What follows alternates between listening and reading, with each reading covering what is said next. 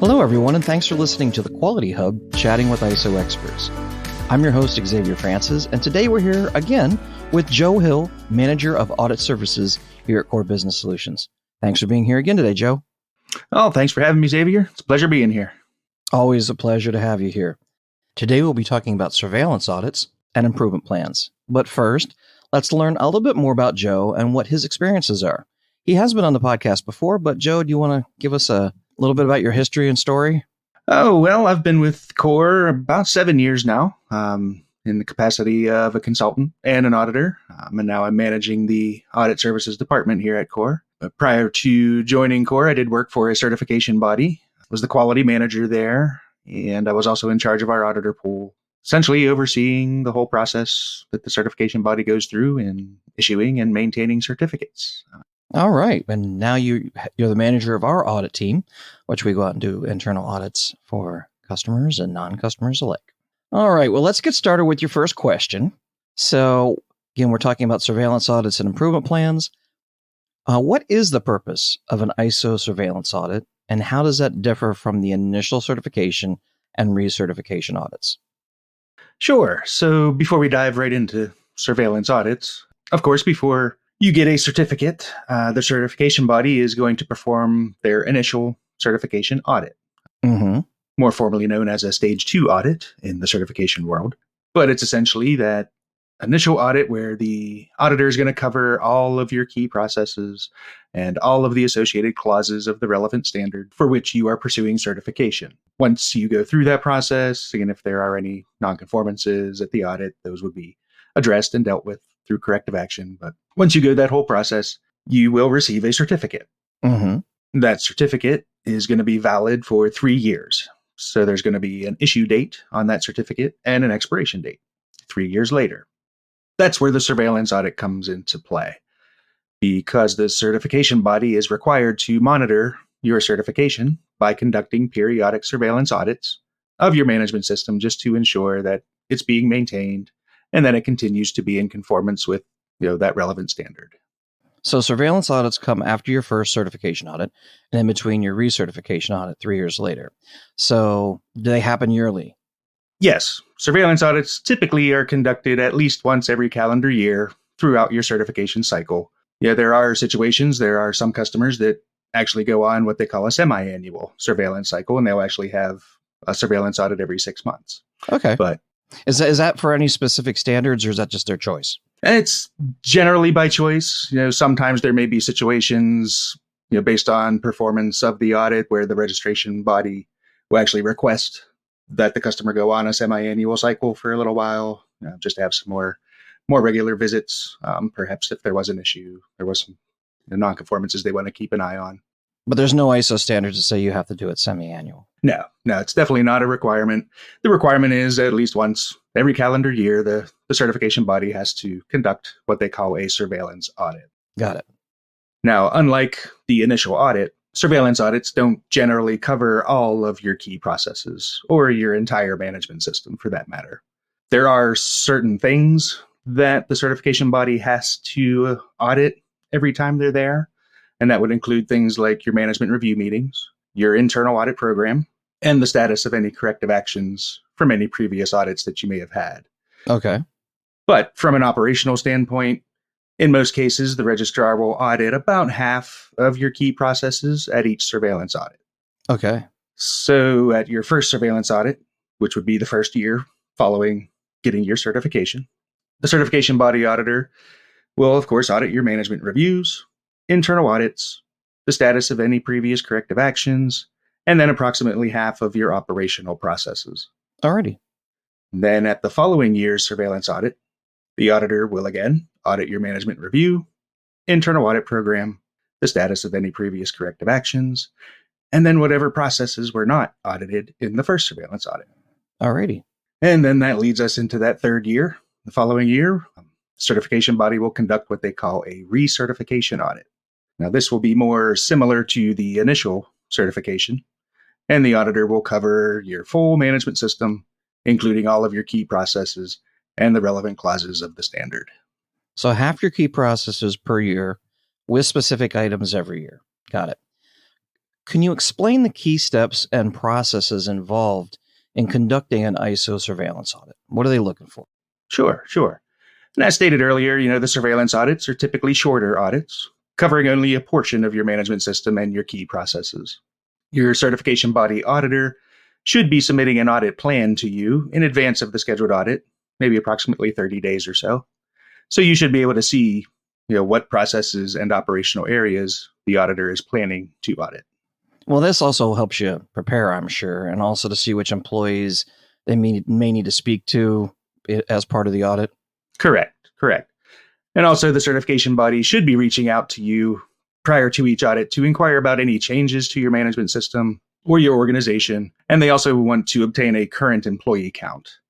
Now, again, when they reach out, it's probably different for every registration body. I'd say approximately 90 days or so they should be reaching out to try to get that information. Why do they count employees? Well, all this information goes into audit planning, and depending on the changes, it could have an impact on the length of your audit. Oh, okay. Because one of the primary factors for determining audit days is the number of employees that an organization has. Oh, okay. So the more employees you have, the more people there are to talk to and interview, so it increases the length of the audit. That makes sense. So if you have had an increase or decrease in the number of employees, the certification body will determine if that change will increase or potentially decrease the number of audit days that are going to be needed for that audit. Makes sense. Surveillance audit activities could also be impacted by previous audit results. So if there were a number of issues in a given process or area, the auditor may want to audit that process again at the following year's surveillance audit. But again, ultimately, the certification body and the auditor should be contacting the certified organization prior to each audit to obtain that necessary information to properly plan their surveillance audit activities. So if you did poorly on a previous audit and have some nonconformities, they may wish to audit that again? Indeed. All right. Well, let's move on to continual improvement. We got through what they're going to be looking at for surveillance audits. How does the ISO improvement plan contribute to the overall goal of continuous improvement and the achievement of long-term organizational objectives? Well, of course, one of the key components of any management system is a commitment to continually improve upon your processes and the suitability, adequacy, and effectiveness of your management system. Mm-hmm. And in many cases, organizations do improve upon their activities. They're making subtle changes to their processes, making things better, but they don't always formally document them well. And although there's not a specific requirement for a documented improvement plan, organizations that take a more formal approach to documenting improvement initiatives, it can be very beneficial in helping keeping them focused on improvements, as well as simply keeping a record of improvements which they have made. Management is responsible for continual improvement and documenting them. Meaning, within your management reviews and stuff, there you have to have inputs, outputs, all that kind of stuff. So I'm assuming having specific goals enumerated is going to be very helpful to making sure that you're striving to achieve them and help to push that continual improvement. Of course. Yeah, management should be heavily involved. There's a lot of requirements the standard has on top management. One of them is improvements to the system, improvements to the processes, for sure. Absolutely. Well, could you outline the key components of an effective ISO improvement plan? I know you said they're not required. I know here at Core we have people use them. But what are those key components? And could you include any methods used in prioritizing the improvement initiatives and allocate resources? Sure. So improvements really can come from any level of the organization, from the high-level strategic direction of upper management to the day-to-day operational level of key processes. And a well-formatted and documented improvement plan can help capture those details for all identified improvement initiatives, regardless of the source. Mm-hmm. Now, improvement plans, they can be separated into various departments in the organization. Each department could have that responsibility for identifying improvement initiatives within their area of responsibility. Okay. And that document should also contain a method to also document any applicable action plans to help achieve those improvement initiatives with the associated due dates, responsible party, resources that might be needed. That would be a good idea. And again, ultimately, top management should have that responsibility to review improvement initiatives, determine priorities, and ensure appropriate resources are available to implement those improvements effectively. That is really helpful. I mean, breaking it down into departments, having them identify the improvement areas and develop the strategies and the actions that are needed, that can really help with employee engagement as well, I would believe. As long as top management, reviews them and provides the resources needed, it can really be a good way to push that improvement. Indeed. Indeed. Well, that's good to know. Good way to look at it, I think, as well. So lastly, with looking at all these continual improvement concepts, how does an organization ensure compliance with the standards requirements and demonstrating that continuous improvement? Again, as mentioned a little earlier, most organizations do make improvements to their processes, but in many cases, they just don't document them well, and therefore they don't really take credit for the improvements that they're making. So they're doing all this work and they're just not notating that they did it. Exactly. And sometimes it can be difficult to demonstrate those improvements to an auditor. They're just made on the fly. They're not documented well, but there are improvements being made. Well, I'm assuming, if you're looking at KPIs and if you're not writing it down or you're like, hey, well, it looks like we've got, you look at the bottom line, hey, we got more money at the end of the month. That really doesn't break down into how those improvements have helped. Exactly. And so the development and maintenance of a formal improvement plan can provide that solid evidence of an organization's planned improvement projects. So the improvement plan, the real big key is documentation. Absolutely. Absolutely. Now, in addition to planned improvement initiatives, there might also be unplanned improvements that are made to processes in the day-to-day operations. As we mentioned before, there might make a subtle change in a form just to streamline things. Or maybe through a review, they've determined, hey, there's 3 steps of this process we can remove if we implement one of a different type. You might be able to track things better if you're automating things. Oh, yeah, for sure. And an organization should definitely take credit for those as well. Okay.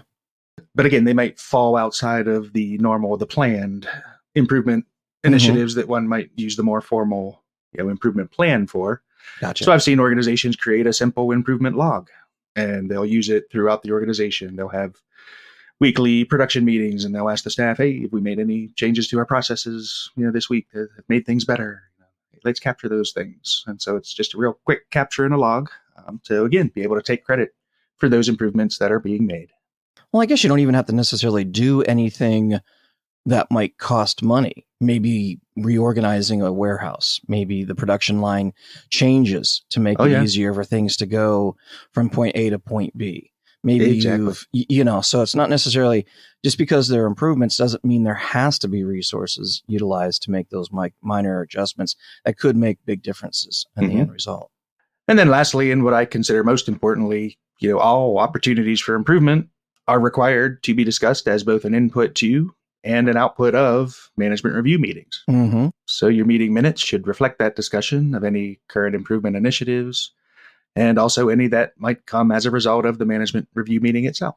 And all of that should ensure that you remain in conformance with what the standards requirements are for continual improvement with evidence to provide to auditors. And this is really helpful. It's kind of common sense, but it's really easy to miss some of this stuff when it comes to the improvement. And even though many standards have limited amount of documentation, compared to what some of the past revisions are, because I know core started out as, hey, here you can hold all this documentation you got to do, but you still need to prove that you're meeting those requirements of the standard. So you have to document them somehow. Exactly. Well, that's great. Joe, I know you've been an auditor in the past and your position here at Core. Have you seen any success stories or two in regards to what we just discussed with dealing with surveillance audits and then how that's helped lead to improvement overall? Yes, I've definitely audited several companies and several management systems over the years. And I've seen some customers that they really put a larger focus on improvement. As I said, some have really made it part of their staff meetings. So every production meeting they have, they focus on, improvements and identifying improvements. There's one customer, they actually incentivized staff to identify improvements. They would basically collect improvement ideas from all of the staff on a big bulletin board. And I forget if it was once a month or once per quarter, they would collect all of these ideas. And if their idea was selected and initiated, and they would receive like a gift card or. So you get free Starbucks if you had a good idea. Yeah, exactly. Yeah. There you go. Well, who wouldn't love that? Exactly. But yeah, those customers that really focus on improvements, they always seem to perform better at their audits as well, because the culture that they're pushing in their organization is on one of continually improving everything that they're doing. That's great to hear. It does seem like, the more ownership you can get with the people on the floor, they're going to be doing it all the time. We've talked about this before. They're doing all the work. They see the ins and outs, ways to help. The more you can get their involvement and their ideas, probably the better improvement you're going to have. Exactly. Well, Joe, this has been really informative, as always. Really appreciate you taking the time to speak with us today. Oh, it's always a pleasure, Xavier. I'm always happy to do it. That's great to hear. And we want to thank everyone who's listened to our podcast today. We hope it's been informative for you. And if you're looking for more information about Core Business Solutions and how we can help you with ISO certification, cybersecurity, or even internal audits, please email us at info@thecoresolution.com. You can also visit our website at www.thecoresolution.com. And if you haven't already followed us on your favorite podcast platform, be sure to do so that way you won't miss the next Quality Hub podcast when it's released next week. Thanks, everybody, and have a great day.